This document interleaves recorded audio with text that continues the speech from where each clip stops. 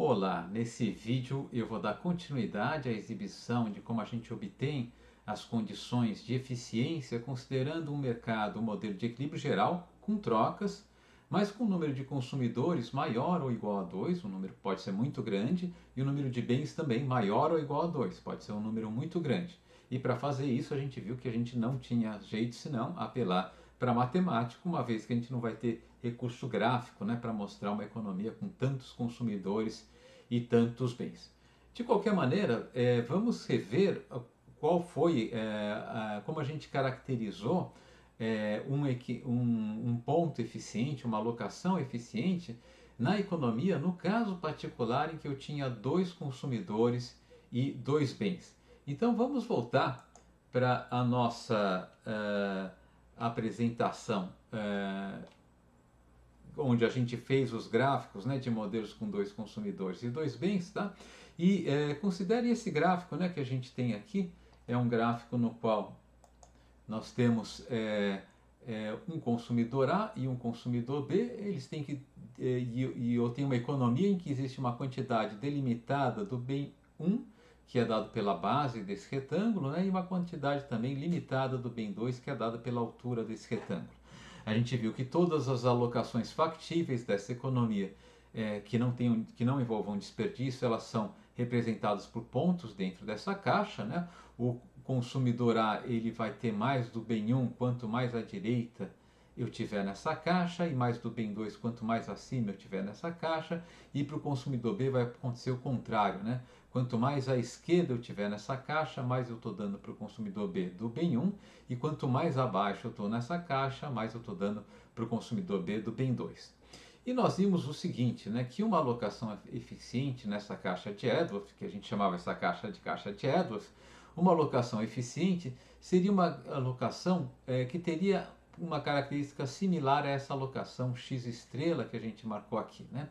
Nessa alocação x estrela, enfim, de acordo com esse gráfico, né, eu tenho uma curva de indiferença do consumidor A que passa por x estrela, e uma curva, essa curva em vermelho, né, e uma curva de indiferença em azul aqui do consumidor B que passa por x estrela. O que acontece? Todas as alocações que estão à direita e acima da curva de indiferença do consumidor A, elas são o conjunto das alocações, né, que estão à direita e acima da curva de diferença que passa pelo consumidor A, e mais essa curva de diferença é o conjunto das cestas das alocações que o consumidor A considera ao menos tão boas quanto a alocação X.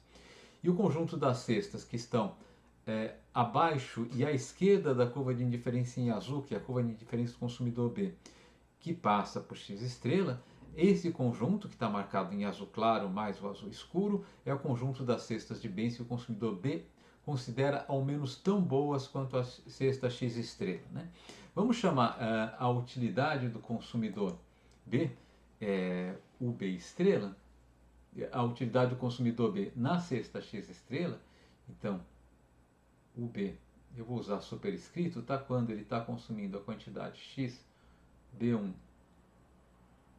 estrela e x B2 estrela, vamos chamar esse nível de utilidade de UB estrela, né? A única coisa que eu quero dizer aqui é que quando o consumidor B está consumindo, quando a minha economia, né, está nessa alocação x estrela, a utilidade do nosso consumidor B é o B estrela, tá? É só isso que está sendo dito aqui, né?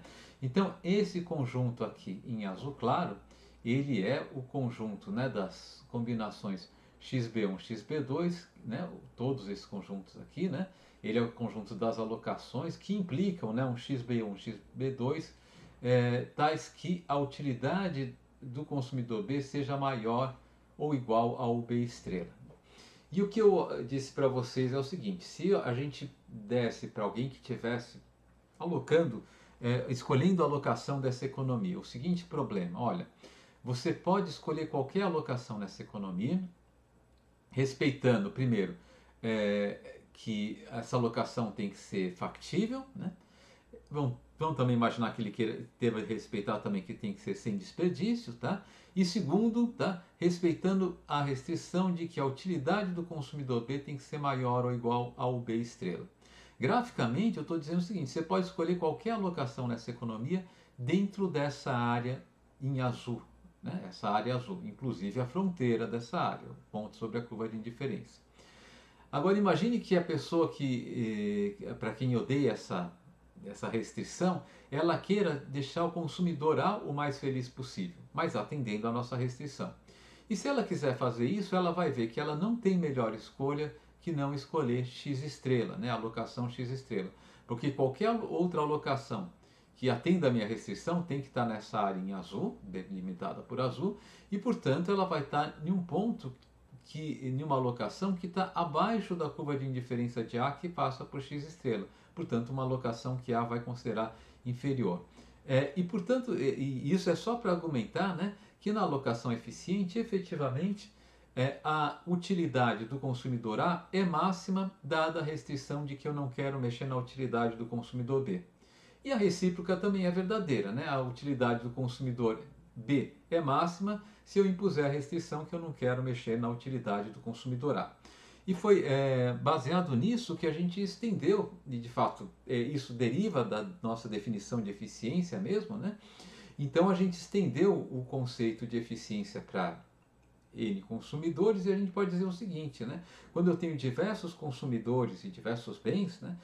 Ainda assim eu posso dizer que definir uma alocação eficiente quando, dizendo que para cada consumidor, tá, nessa alocação eficiente, cada consumidor tem o máximo de utilidade, dada a restrição de que eu não quero mexer com a utilidade dos outros consumidores, né? Eu dou a liberdade do meu planejador, por exemplo, rearranjar a alocação como ele quer, mas ele tem que manter a utilidade dos outros consumidores constantes e quer maximizar a utilidade de um único consumidor. Bom, a alocação que ele vai achar é uma alocação eficiente, né? Então, esse daqui era o nosso ponto de partida para discutir, né, o nosso problema de alocação eficiente. Então, no final da aula passada, né, nós tentamos caracterizar de uma forma matemática uma alocação eficiente, observando o seguinte, né, se a alocação X estrela, né, a alocação cujos componentes, digamos assim, são X e L, né, o I variando para todos os consumidores e o L para todos os bens, X e L estrela, né, se essa alocação é uma alocação eficiente, então ela é a solução de um problema de escolher uma alocação qualquer, veja que aqui não tem uma estrela, né, uma alocação qualquer, que maximize a utilidade de qualquer consumidor que eu escolha, vamos convencionar o consumidor 1, que é mais fácil de trabalhar, respeitando as seguintes restrições, né? Primeiro, consumo não negativo de todos os bens por parte de todos os consumidores. Segundo, a soma, para cada bem, a soma dos consumos de todos os consumidores não pode exceder a dotação inicial existente na economia desse bem, né? E terceiro, para todos os consumidores que não o consumidor 1, eu quero dar um nível de utilidade ao menos tão bom quanto a utilidade que ele tem na alocação eficiente. Vamos chamar essa utilidade de UI estrela. Então, para I variando de 2 até N, né, a utilidade de cada um dos consumidores tem que ser maior ou igual ao nível básico de utilidade UI estrela.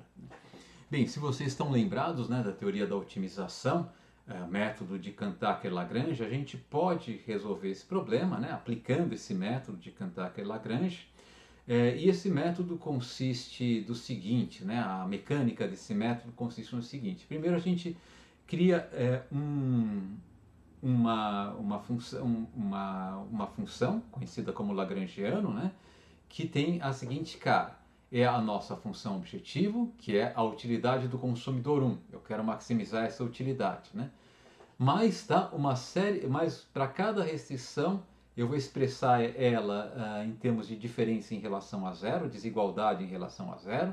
Né? Para cada restrição expressa em termos de desigualdade em relação a zero, essa restrição multiplicada por um multiplicador de Lagrange. Tá?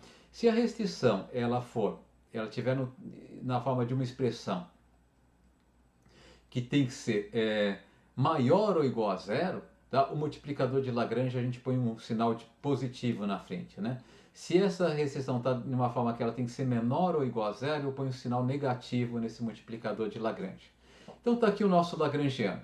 A nossa função objetivo é a utilidade do consumidor 1. Né?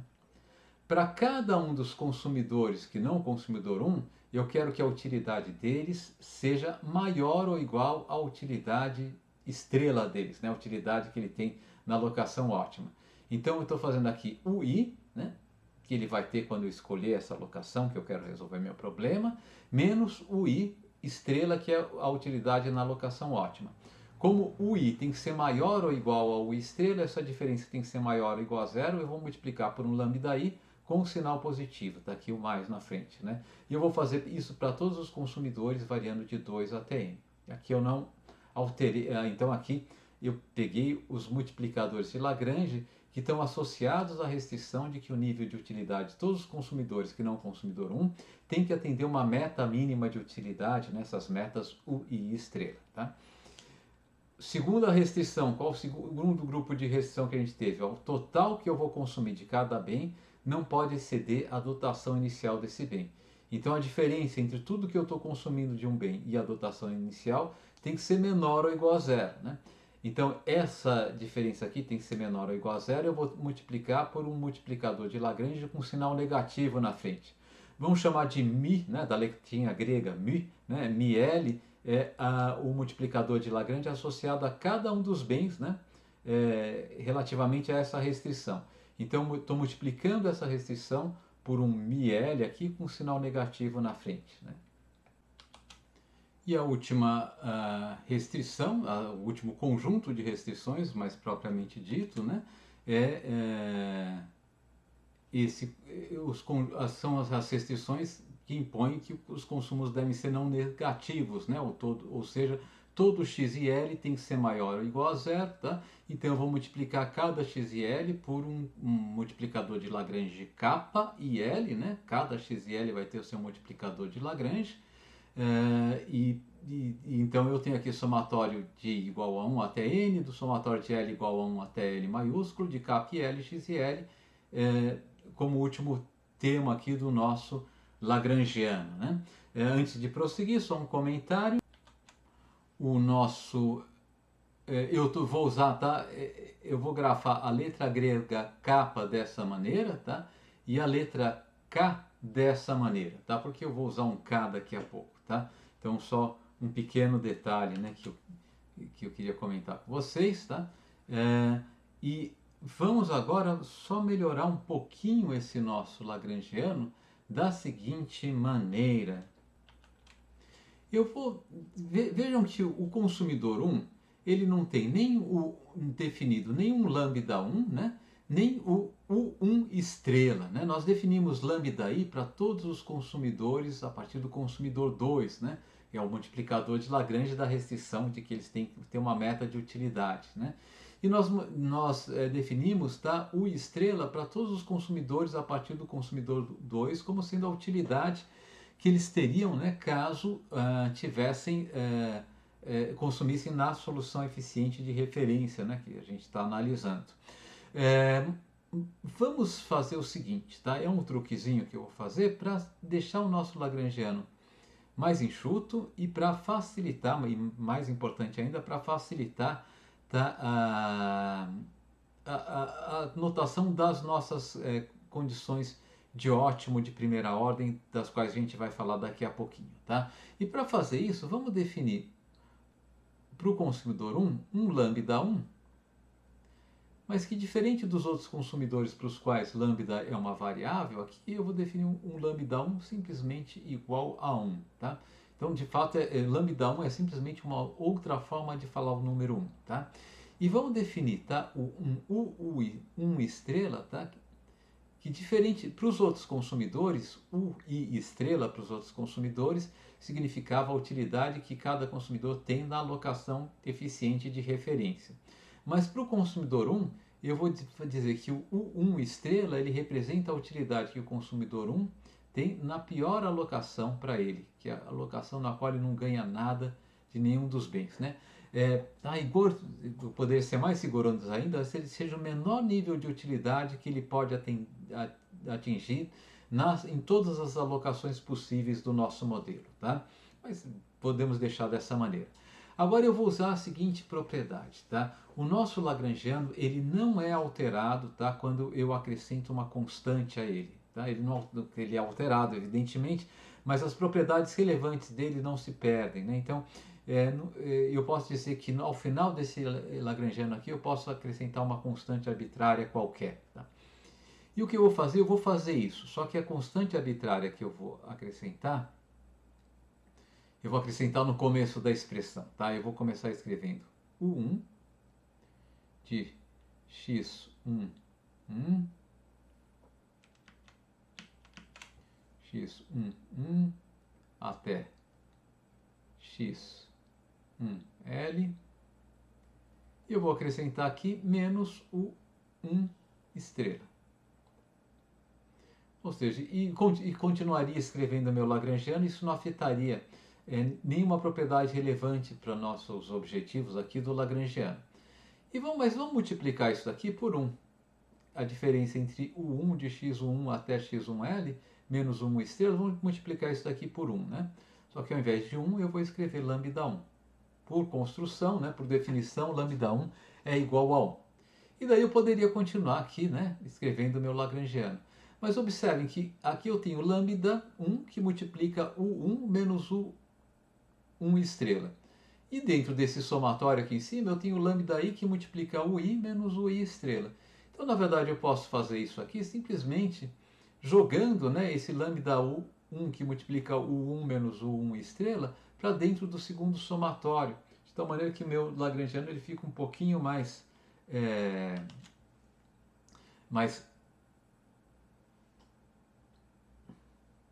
enxuto, né? Então eu vou apagar o que a gente tem aqui, tá? Do nosso lagrangiano, o que eu comecei a escrever, e vou escrever a mesma coisa, né? Mas de uma maneira mais enxuta, dessa maneira mais enxuta, tá? Eu vou, então, começar já com aquele somatório, só que esse somatório agora começa em i igual a 1 e vai até n, né? Lambda i, que multiplica o i xi1 até xil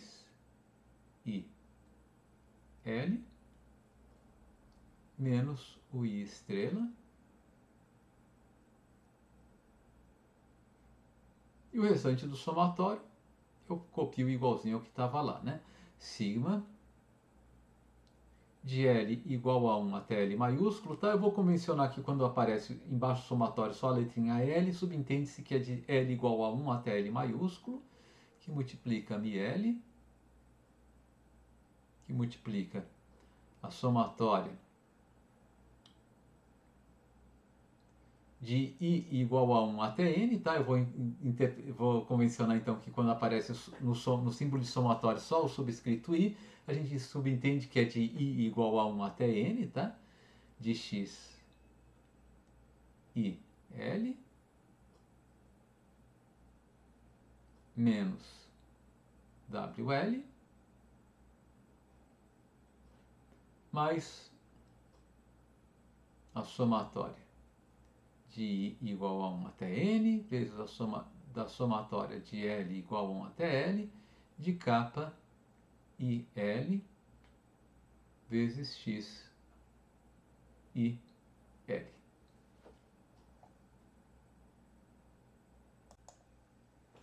Bem, e então vamos usar esse lagrangiano, que é o mesmo que o anterior, tá? Só que tem essa artificialidade, né? Eu criei um lambda 1 igual a 1 e um U1, U estrela 1, né? Igual a pior utilidade que o consumidor 1 poderia ter no nosso modelo. E vamos então tentar encontrar as propriedades, né, que a nossa solução, que a nossa alocação eficiente deve ter com base nesse lagrangiano, né? O que a gente sabe? A alocação eficiente ela maximiza a utilidade do consumidor 1 dadas as restrições impostas por esse problema, né? Consumo não negativo, consumo do bem não pode ser superior à sua dotação inicial, e as utilidades dos outros consumidores, que nem o não consumidor 1, tem que ser no mínimo igual às utilidades na alocação que a gente sabe que é eficiente, né? Essa alocação eficiente ela vai resolver o problema de então maximizar a utilidade do consumidor 1 sobre essas restrições, e se ela resolve esse problema, ela atende às condições necessárias de primeira ordem desse problema. Quais são essas condições necessárias, né? Bom, essas condições são, elas dizem que para todo valor de I,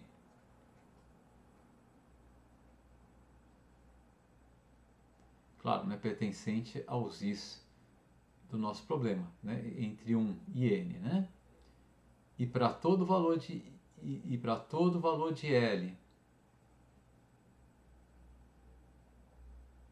inteiro entre 1 e L maiúsculo, as seguintes propriedades têm que valer. Primeiro, a derivada do nosso lagrangiano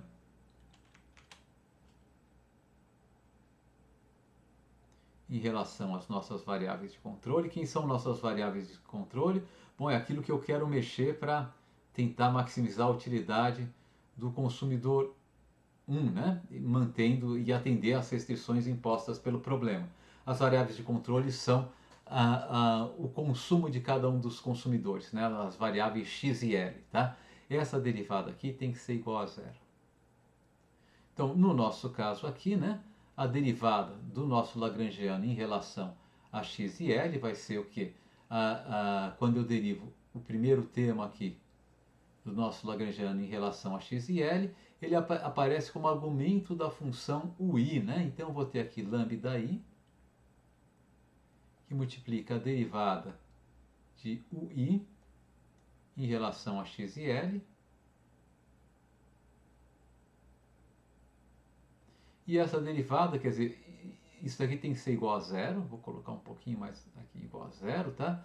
E isso aqui tem que ser verdadeiro na solução ótima, né? Eu sei que a solução eficiente é uma solução ótima do nosso problema, então eu posso falar que isso aqui calculado em x e 1 estrela até, deixa eu refazer tudo aqui, isso aqui calculado em x e 1 estrela, x e 2 estrela e assim por diante, né? Até x e l estrela.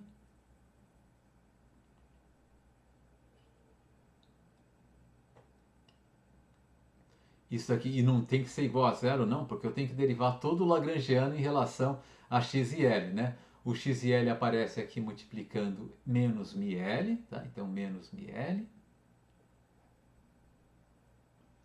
E aqui ele vai aparecer multiplicando k e l, então mais k e l. Agora sim.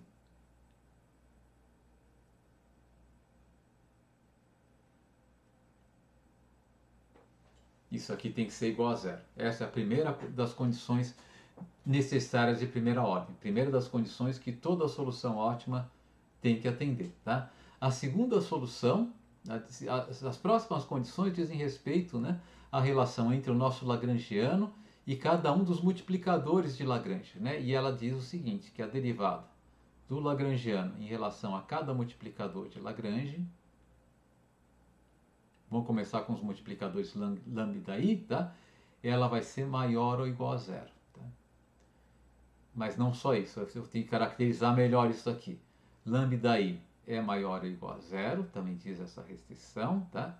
E o produto entre lambda i e a derivada do nosso lagrangiano em relação a lambda i é igual a zero, tá? Ou a derivada do lagrangiano em relação a lambda i é igual a zero, ou lambda i é igual a zero. Vamos traduzir isso, tá? Aqui no nosso problema. Né? No nosso problema, a derivada do nosso lagrangiano em relação a lambda i é simplesmente a utilidade ui de x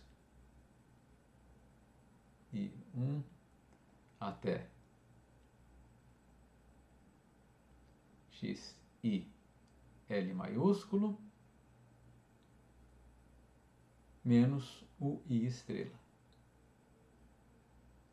Isso tem que ser maior ou igual a zero. Isso daqui só está replicando, né, a restrição do nosso problema, né, que a utilidade de cada consumidor tem que ser maior ou igual à sua utilidade meta, né? Ou no caso do consumidor 1, a utilidade do consumidor 1 vai ser maior ou igual à mínima utilidade possível dele, que é o 1 estrela, diferentemente dos outros consumidores, foi definida como a pior utilidade que o consumidor 1 pode ter, né? Mas quando eu pego lambda i multiplicando essa restrição, eu fico com algo interessante, né? Lambda i que multiplica o i. Aqui vai ser atendido isso daqui na nossa alocação eficiente, então eu já vou colocar o asterisco aqui, tá? Que multiplica o i de xi 1 estrela até x i L estrela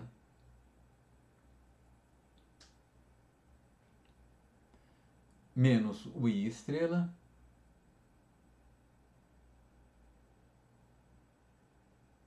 isso tudo é igual a zero. Então, o que isso daqui quer dizer? Ou, tá?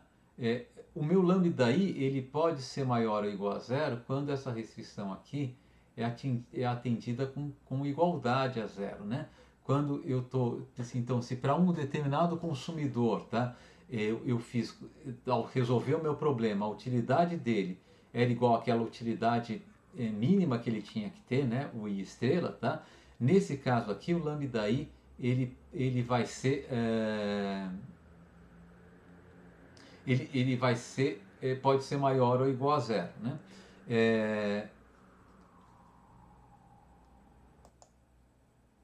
Caso contrário, ele vai ser igual a zero, né? A única exceção, então o lambda i ele vai ser maior ou igual, vai ser maior, só vai ter lambda i positivo, né? Para aqueles consumidores que eu tive que dar exatamente o mínimo de utilidade que eu podia dar para eles. Eu não pude dar mais utilidade do que o mínimo, que vai ser, no nosso problema aqui, vai ser contra todos os consumidores a partir do consumidor 2, né? Então o lambda i vai ser usualmente positivo para todos os consumidores no nosso problema, tá? E a única exceção a esse comentário que eu fiz é no caso consumidor 1, no qual o lambda 1 é por definição, por construção, igual a 1, né? Mas para os outros consumidores, tá? Eu vou assumir que esse carinha aqui vai ser sempre igual a zero e que o lambda i vai ser maior do que zero, tá?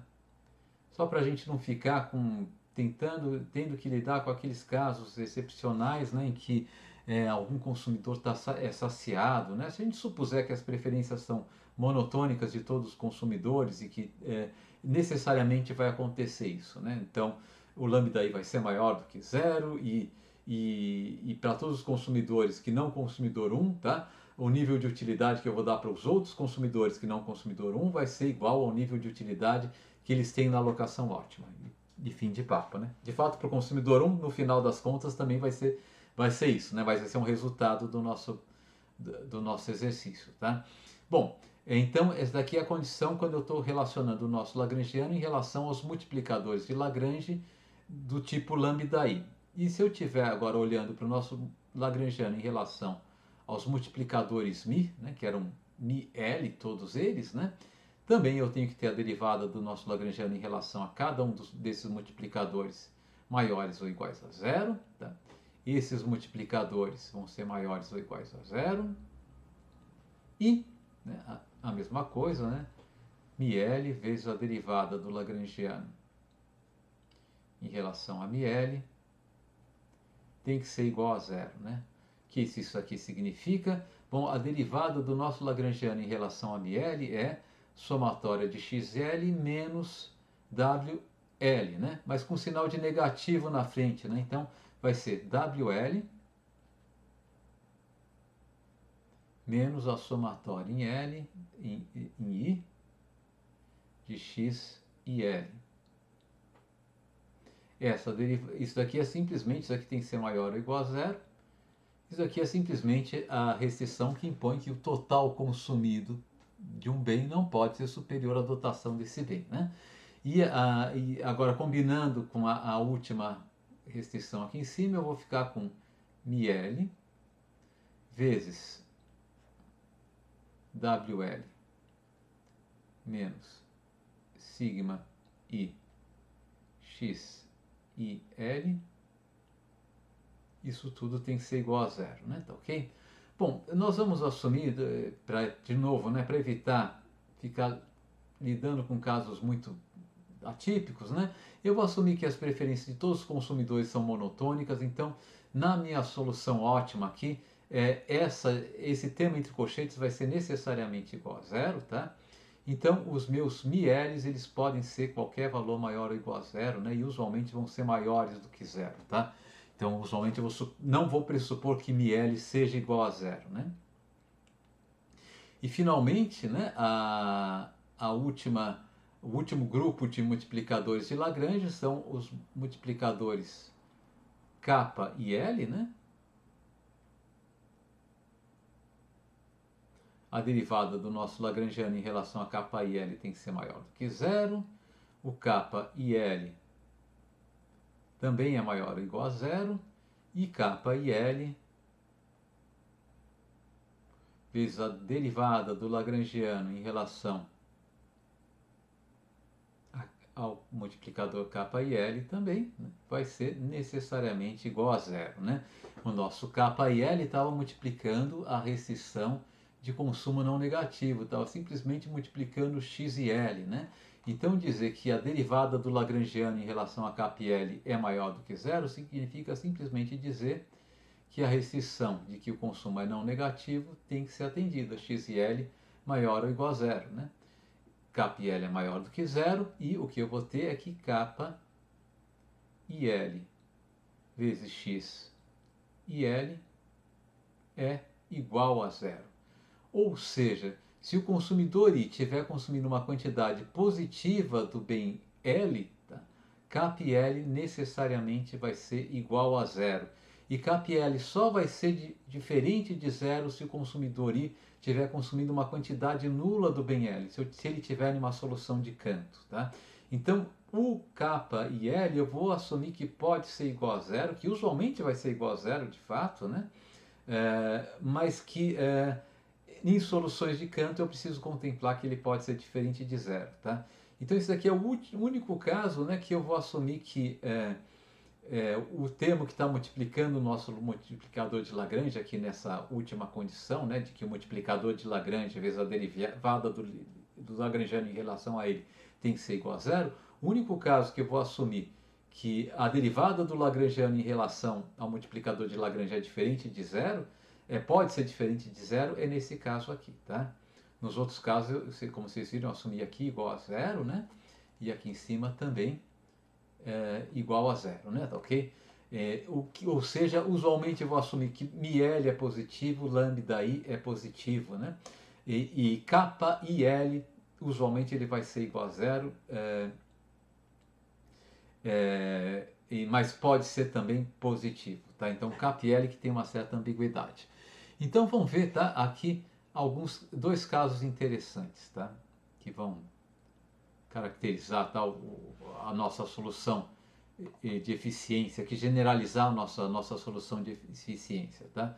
Então tudo isso aqui é atendido, né, na nossa solução eficiente, né? Porque a solução eficiente resolve o nosso problema de maximizar a utilidade do consumidor 1, né, dada a restrição de utilidade mínima dos outros consumidores, a restrição de consumo não negativo e a restrição de que o consumo não pode exceder as dotações iniciais, né? Então, então agora imagine que então na minha solução eficiente, tá? Vamos ver o primeiro caso, tá? Vamos ver alguns casos. Então, primeiro, suponha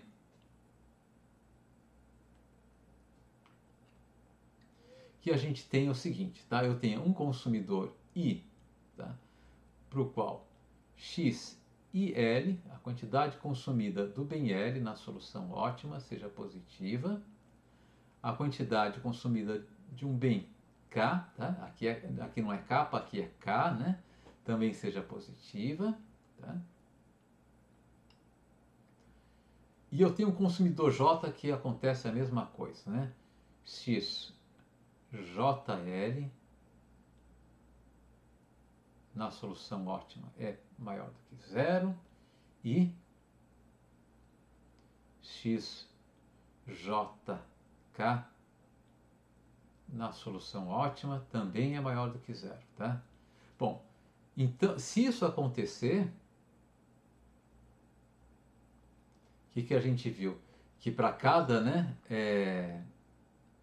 aqui para cada x e L, né, se x e L é positivo, kappa e L é igual a zero, então eu posso dizer que kappa e L falta na solução ótima, né? Essas daqui são soluções do nosso problema. Então eu posso colocar um asterisco aqui também, tá?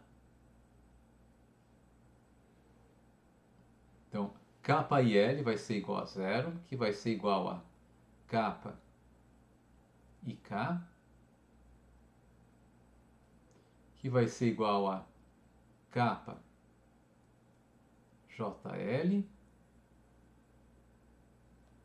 que vai ser igual a kappa JK,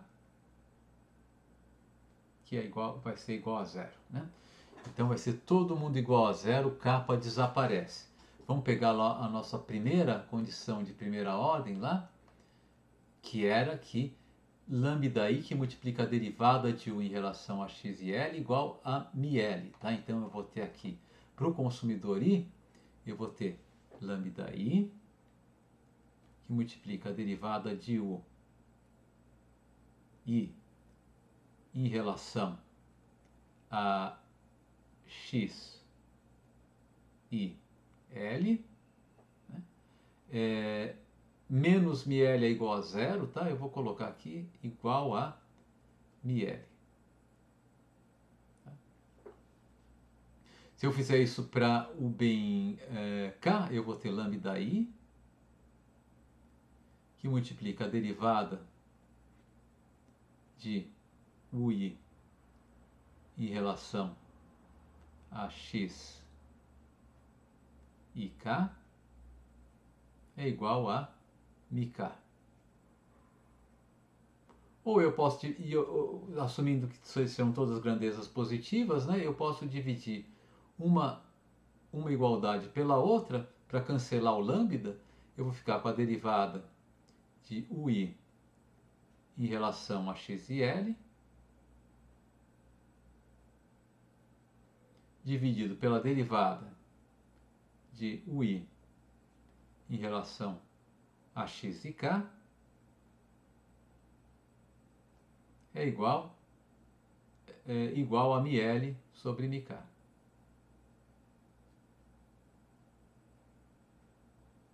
Mas eu posso fazer a mesma coisa para o consumidor J, né? Se eu fizer a mesma coisa para o consumidor J, tá? Eu vou ter o mesmo resultado, lambda J, a derivada de uj, isso é claro, calculado na solução ótima sempre, né? De derivada em relação a x j L é igual a μL, e lambda J, que multiplica a derivada de uj em relação a xjk, é igual a μk. Então, dividindo um pelo outro também, eu vou obter que a derivada de uj em relação a xjl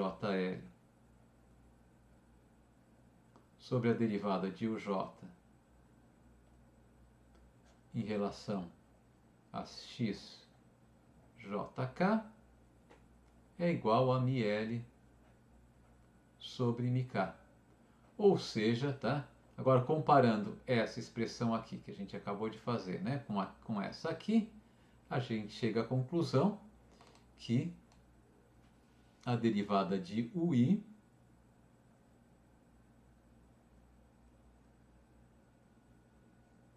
em relação a x e L dividido pela derivada de ui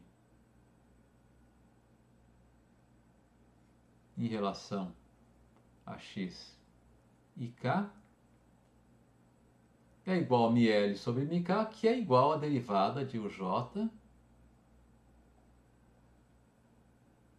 em relação a x jl dividido pela derivada de uj em relação a xjk. Ou seja, a derivada de ui em relação a x e L é a utilidade marginal para o consumidor I do bem L. A derivada de xi em relação a x e k é a utilidade marginal para o consumidor I do bem K. Ela tem que ser igual à razão entre a utilidade marginal para o consumidor J do bem L e a utilidade marginal para o consumidor J do bem K. Né? Eu tenho aqui uma condição de igualdade entre taxa marginal de substituição. Né? A taxa marginal de substituição entre os bens e para o consumidor I entre os bens L e K é igual à taxa marginal de substituição para o consumidor J entre esses mesmos bens. Né? Então veja, aquela condição de igualdade de taxa marginal de substituição que a gente obteve na nossa análise gráfica, ela se repete aqui na nossa análise matemática que eu generalizei para diversos casos. Né? A única exceção que a gente vai ter é no caso em que eu tenho consumo nulo de algum dos bens. Então vamos falar um pouquinho dessa exceção agora. Então vamos pegar agora um caso em que eu tenha dois consumidores que estejam consumindo quantidades positivas do bem K, tá? Mas do bem L só o primeiro consumidor está consumindo uma quantidade positiva. O segundo consumidor, que eu estou chamando de consumidor J, está consumindo uma quantidade nula. Né? Então o que eu vou ter aqui? Bom, os nossos multiplicadores de Lagrange K e L, K e K, e JK vão ser todos iguais a zero, né? Porque a restrição de consumo não negativo para o consumidor I, no caso dos dois bens, ela não foi imposta, né? Não está atrapalhando, e a restrição de consumo não negativo para o consumidor J, no caso do bem K, também não está atrapalhando, tá? Então todos esses multiplicadores de Lagrange são iguais a zero, né? Porém, tá? Como o XJL é igual a zero, eu posso ter, tá? O KJL maior ou igual a zero, né? Pode ser igual a zero, mas usualmente maior, né? Enfim, pode ser igual a zero também, não tem problema, né? Então vamos colocar então de novo, né, aqueles resultados que a gente tinha tido, tá? Então eu vou pegar lá a nossa primeira condição de primeira ordem, que dizia que lambda I vezes a utilidade marginal, né, do consumo de cada um dos bens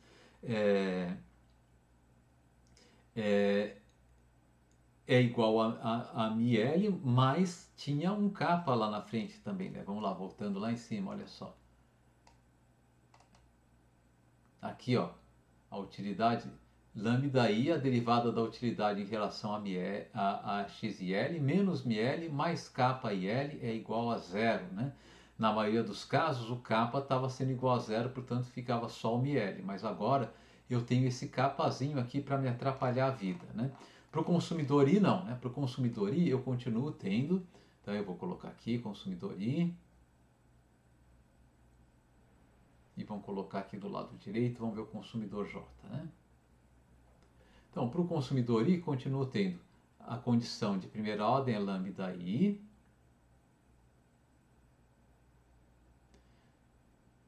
vezes, bom, a derivada da utilidade em relação ao em L, né, eu vou anotar como utilidade marginal para o consumidor I do bem L, né, tá certo? Menos KI, menos ML mais KIL, né? Eu vou passar para o outro lado, fica... não, aqui vai ser... É só o ML porque o KIL é igual a zero, né? Então aqui vai ficar igual a ML, tá? A mesma coisa, lambda I estrela vezes a utilidade marginal do consumidor I do bem K é igual a MK. Para o consumidor J, né, aqui sim, né, que vai acontecer no bem L, eu vou ter lambda J, que multiplica a utilidade marginal para o consumidor J do bem L, tá certo? Teria menos ML mais JL, né? Passando para o outro lado vai ficar igual a ML menos K. Só reproduzir qual seria a condição, a primeira condição de primeira ordem, né? Que seria menos ML mais JL, perdão, teria que ser igual a zero, né? O que eu vou fazer para facilitar um pouquinho aqui a nossa leitura, eu vou passar o ML e o KJL para o outro lado, tá? Então, deixa eu apagar o que tinha colocado aqui.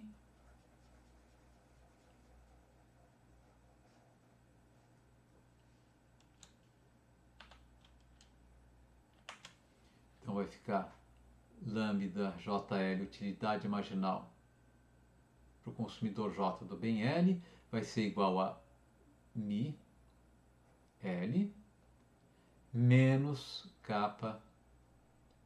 JL. Então apareceu esse carinha aqui, que é um termo maior ou igual a zero, né? Enfim, e aqui eu vou ter, mas com relação ao bem K, não, né? O consumidor J está consumindo quantidade positiva do bem K, então vai se comportar como se comportou com o bem I, lambda J. Estrela, utilidade marginal para o consumidor J do bem K é igual a MK. Então aqui eu posso de novo, né, dividir nos dois casos, né, as duas expressões, uma expressão pela outra, assumindo que os lambdas e as utilidades marginais e os mi sejam diferentes de zero, né, e eu vou ter utilidade marginal do bem I, utilidade marginal para o consumidor I do bem L sobre a utilidade marginal para o consumidor I do bem K é igual a ML sobre MK. Tá? E aqui eu vou ter algo um pouquinho diferente, né? A utilidade marginal para o consumidor J do bem L dividido pela utilidade marginal para o consumidor J do bem K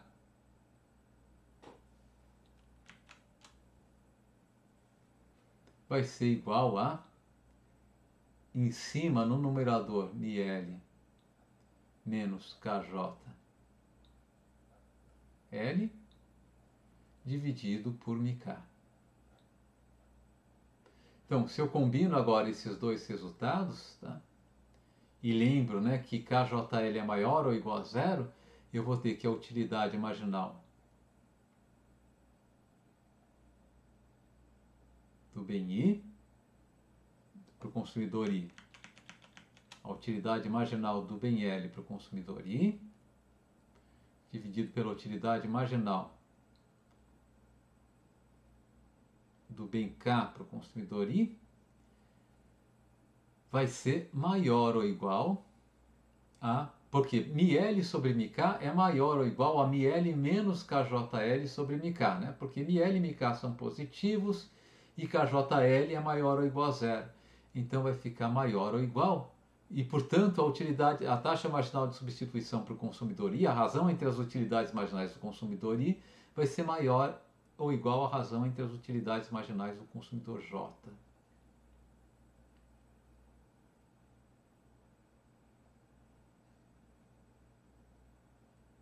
Utilidade marginal JK. Então, em uma solução de Cantor, não necessariamente as taxas marginais de substituição vão se igualar, tá? Isso pode ser visto, né, para o caso de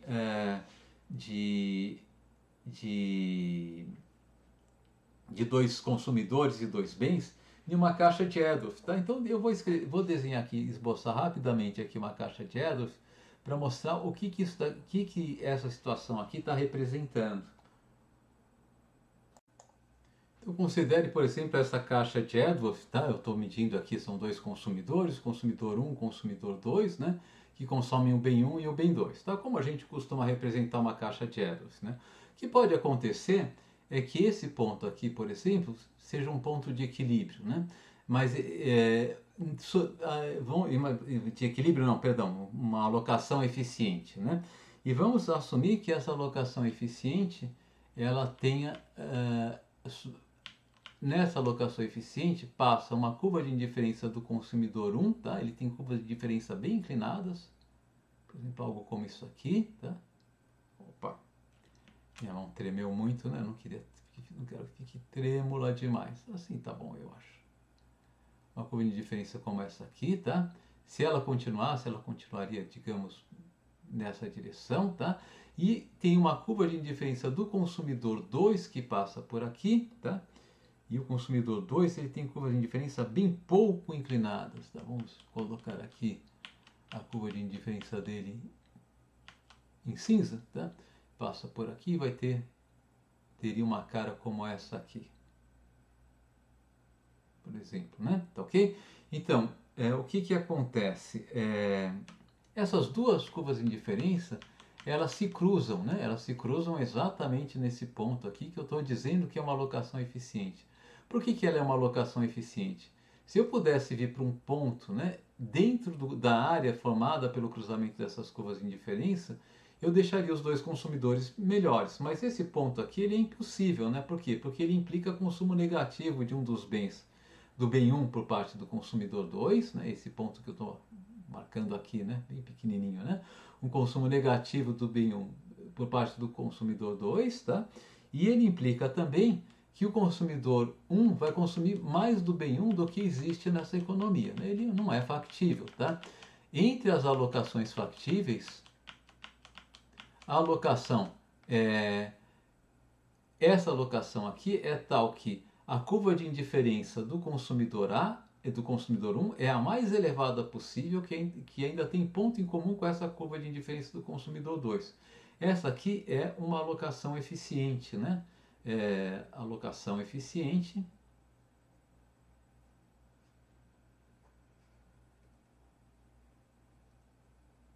de Cantor, né? E ela tem exatamente essa propriedade, né? O consumidor não está consumindo menos, ele está consumindo zero do bem 1, tá? E aqui eu tenho a taxa marginal de substituição do consumidor 2 menor do que a taxa marginal de substituição do consumidor 1, né? Que é exatamente essa condição que a gente chegou aqui, né? De fato, quando eu tiver uma solução de Cantor, algum bem sendo consumido em quantidade nula, tá? Não apenas no caso de dois consumidores e dois bens, nesse caso aqui eu não posso mais falar que há igualdade entre taxa marginal de substituição, né? O que vai acontecer, né, é que aquele consumidor que tem maior taxa marginal de substituição, aqui é melhor falar em termos de relação entre utilidades marginais, né? Se a utilidade marginal para o consumidor I do bem L, né, sobre a utilidade marginal do consumidor I do bem K for maior, né, na alocação ótima, que é a utilidade marginal, para o consumidor J do bem L sobre a utilidade marginal para o consumidor J do bem K, tá? Nesse caso aqui, o consumidor J vai consumir 0 de L, tá? Tá? E aqui é só, é claro que eu posso ter todos os outros arranjos possíveis, né? Mas o que vai acontecer é que quem tiver a menor taxa marginal de substituição vai consumir 0 daquele bem cuja utilidade marginal está representado no numerador. Eu acho que daí a gente fica com como fica correto aqui a nossa condição, tá? Então eu posso ter, em solução de Cantor, eu não garanto a igualdade entre as taxas marginais de substituição. Bom, o que eu queria falar nesse vídeo, né, era exatamente esse tópico, tá? Então, eu falar então, da matemática, né, da eficiência, né? E como vocês viram, é um pouquinho chato, né, um pouco trabalhoso, um pouco extensivo. A gente tomou aqui mais de 1 hora para falar sobre isso, mas é um assunto relativamente simples e o cálculo não acrescentou muito mais ao que a gente já tinha visto graficamente, né? Ele só nos dá segurança que a gente pode generalizar nossos resultados para N variáveis. Então a gente termina por aqui, tá? E na próxima aula a gente continua, tá? Então é isso, até a próxima aula. Tchau, tchau, gente.